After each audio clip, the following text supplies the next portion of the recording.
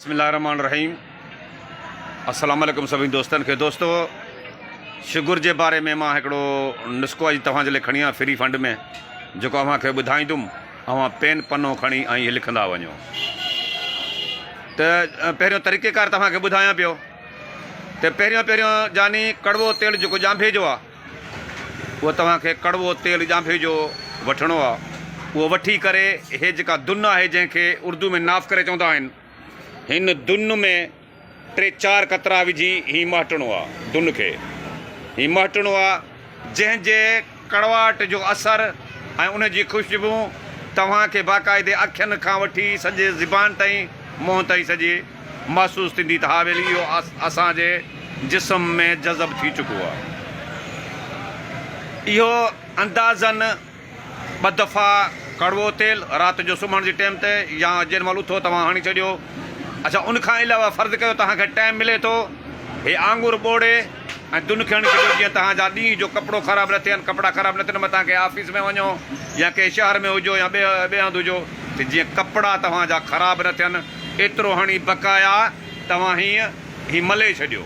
यानी अंदरि तेल विझी बक़ाया तव्हां पेट खे महटे छॾियो तव्हां, यानी पेट खे लॻी वञे।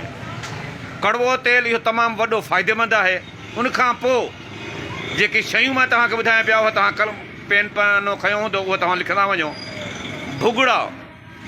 भुॻड़ा जेके कारा भुॻड़ा आहिनि, आम मिलनि था, चणा जेके आहिनि शहरनि में मिलनि था। उनखां पोइ बबुर जी खौर, बबुर जा वण जेके आहिनि जंहिंमें कंडा हूंदा आहिनि, बबुर जी खौर, उन मां लावो निकिरंदो आहे हिकिड़ो, यानी खौर। उहा खौर तव्हांखे इस्तेमालु करणी आहे, जेका तव्हांखे पसारी खां मिली वेंदी। बबुर जी खौर उहा तव्हांखे पसारी खां मिली वेंदी। ऐं बादाम तव्हांखे हर दुकान ते मिली वेंदा। ऐं उनखां अलावा कड़वा जव जेके तव्हांखे पसारी जे दुकान ते मिली वेंदा, कड़वा जव ऐं कलौंजी। हाणे तव्हांखे 4 शयूं हम वज़न करणियूं आहिनि: भुॻड़ा, बादाम, बबुर जी खौर ऐं कड़वा जव। इहे तव्हांखे हम वज़न करणा आहिनि। भुॻड़ा तव्हांखे 70 रुपया पाव मिलंदा, बादाम तव्हांखे 600 रुपया पाव मिलंदा, कड़वा जव तव्हांखे 500 रुपया पाव मिलंदा, ऐं उनखां अलावा खौर तव्हांखे 200 रुपया पाव मिलंदी। ऐं कलौंजी जेका आहे, कलौंजी जेका आहे, उहा तव्हांखे 1/2 पाव मिलंदी। 1/2 पाव विझणो आहे हिन में। जॾहिं हो पाव था विझो त हो 1/2 पाव विझणो आहे, उहो तव्हांखे 150 रुपया मिली वेंदी। बादाम यानी 5 शयूं आहिनि। इहे तव्हां हम वज़न यानी कलौंजी खां अलावा बक़ाया हम वज़न करे ऐं तव्हांखे घोटे तव्हां हिनखे मैदो करिणो आहे। मैदो करे ऐं डेली जे हिसाब सां सुबुह शाम तव्हांखे चमिचो वात में विझी, मानी जे मथां, मानी खाई पोइ चमिचो वात में विझी भरे, चमिचो चांहि वारो वॾो वात में विझी मथां पाणी पी छॾियो सुबुह शाम। जेकॾहिं 3 वक़्तु खाईंदो त बि नुक़सानु वारो न आहे, तव्हांखे नुक़सानु कोन ॾींदो। इहे शयूं तव्हां इस्तेमालु कयो। उनखां पोइ अंदाज़न 5 ॾींहं तव्हां इस्तेमालु कंदव। 5 ॾींहंनि खां पोइ तव्हांखे मिठे खाइण जी दिलि चवंदी त मां मिठो खावां, लेकिन खाइणो न आहे। उनखां पोइ तव्हांखे 5 ॾींहंनि खां पोइ आस्ते आस्ते सूरु थींदो, टंगनि में सूरु थींदो, लेकिन तव्हां मायूस न थीजो। इहो अंदाज़न महीनो पूरो, महीने पूरे खां पोइ तव्हांजो लबलबो कमु शुरू करणु शुरू थी वेंदो।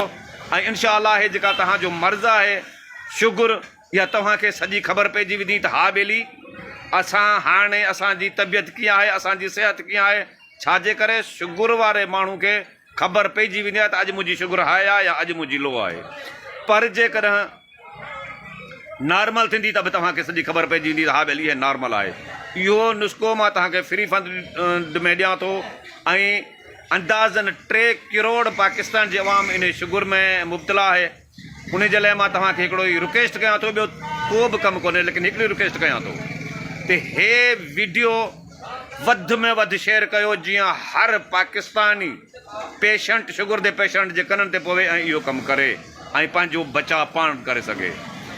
उनखां पोइ मां तव्हांखे इहो इल्तिजा कयां थो। बाक़ी जेका तेल जे लाइ तव्हांखे ॿुधायो त तेल कड़वो ॼांभे जो तव्हांखे जहिड़ी टाइम फारग थियो हणी छॾियो, जहिड़ी टाइम तव्हां फारग थियो उहो कड़वो तेल हणी छॾियो। अस्सलाम वालेकुम। हाजी रफ़ीक लगारी, फिराम दादू। अञा जेकॾहिं तव्हांखे सम्झ में न अचे त मुंहिंजो नंबर अथव 03 0010097003। हाजी रफ़ीक लगारी दादू।